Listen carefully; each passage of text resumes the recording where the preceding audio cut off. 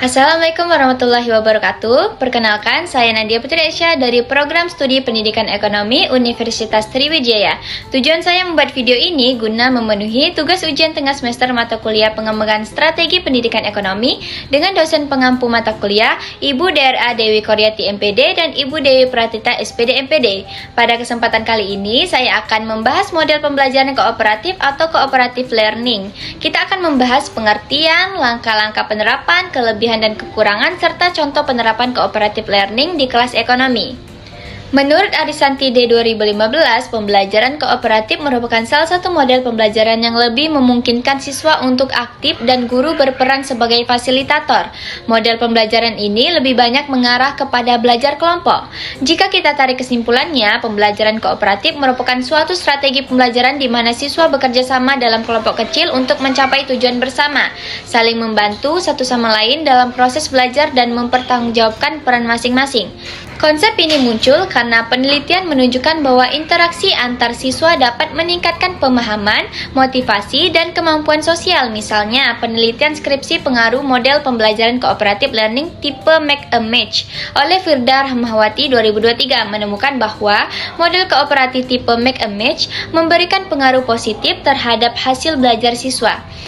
Ada 8 langkah utama dalam penerapan pembelajaran kooperatif. Mari kita bahas satu persatu secara singkat. Yang pertama, persiapan guru.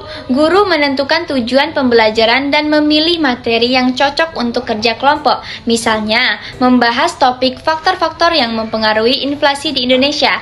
Yang kedua, pembentukan kelompok. Siswa dibagi menjadi kelompok kecil berisi 3-5 orang dengan kemampuan yang beragam supaya bisa saling membantu. Ketiga, penentuan peran. Setiap anggota kelompok punya tugas masing-masing seperti penelitian data, pengolahan statistik, presenter, dan penanyaan kritis. Ini agar semua siswa aktif dan punya tanggung jawab masing-masing. Yang keempat, pemberian tugas kooperatif. Guru memberikan tugas yang menuntut kerjasama tugas yang tidak bisa diselesaikan sendiri. Yang kelima, interaksi antar siswa. Di sini, siswa berdiskusi, bertukar ide, mencari data, dan menyusun hasil bersama. Yang keenam, monitoring dan bimbingan guru. Guru berkeliling memantau setiap kelompok dan membantu jika ada yang salah paham. Yang ketujuh, penyajian hasil dan refleksi. Setiap kelompok mempresentasikan hasilnya, lalu bersama-sama membahas apa yang sudah baik dan apa yang bisa diperbaiki. Dan yang terakhir, yang kedelapan, penilaian individu dan kelompok. Guru menilai hasil kerja kelompok sekaligus menilai kontribusi masing-masing ke anggota agar adil dan transparan. Sebagai contoh, dalam pembelajaran ekonomi, setiap kelompok bisa meneliti faktor inflasi yang berbeda-beda seperti kebijakan moneter, fiskal, permintaan agregat, dan penawaran agregat. Mereka mencari data, membuat grafik, lalu presentasi dan saling tanya jawab antar kelompok. Dengan cara ini, siswa tidak hanya memahami materi tetapi juga belajar bekerja sama, berpikir kritis, dan menghargai pendapat orang lain. Berikut merupakan contoh penerapan model pembelajaran kooperatif di dalam kelas.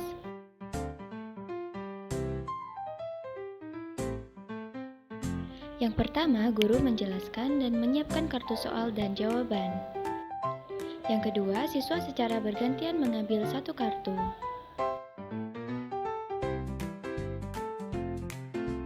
Yang ketiga, siswa memikirkan jawaban atau soal dari kartu yang dipegang. Yang keempat, masing-masing siswa mencari pasangan kartu yang cocok dengan kartunya.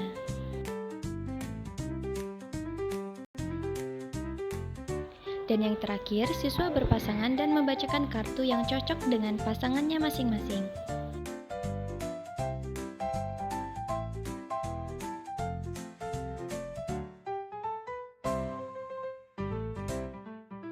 Selanjutnya, kelebihan dan kekurangan dari model pembelajaran kooperatif ini.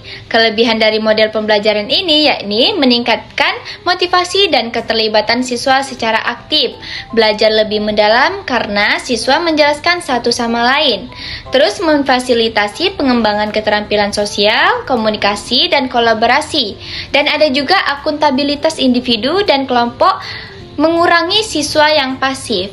Nah, kekurangan dari model pembelajaran ini yaitu jika tidak dikelola dengan baik, bisa menjadi kerja kelompok yang hanya sebagian siswa yang bekerja.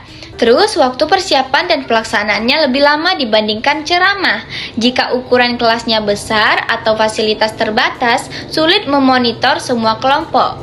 Nah, yang terakhir, kualitas diskusi tergantung kemampuan siswa. Kesimpulan yang bisa kita ambil bahwasannya pembelajaran kooperatif memungkinkan siswa bekerja sama dalam kelompok untuk mencapai tujuan belajar.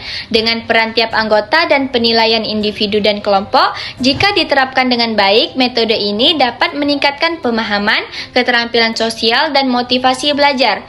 Opini tentang efektivitas di konteks sekarang, dalam era pembelajaran digital dan kebutuhan keterampilan kolaboratif atau bekerja tim, komunikasi, cooperative learning sangat relevan di mata pelajaran ekonomi, di mana banyak konsep yang saling berkaitan, misalnya inflasi, pertumbuhan, kebijakan ekonomi. Pembelajaran kooperatif ini bisa membantu siswa melihat keterkaitan konsep dengan diskusi antar teman.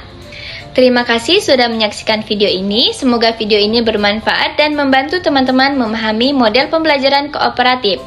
Nah, di akhir video nanti saya akan berikan referensi yang saya gunakan. Saya akhiri. Wassalamualaikum warahmatullahi wabarakatuh. Thanks for watching. Please subscribe.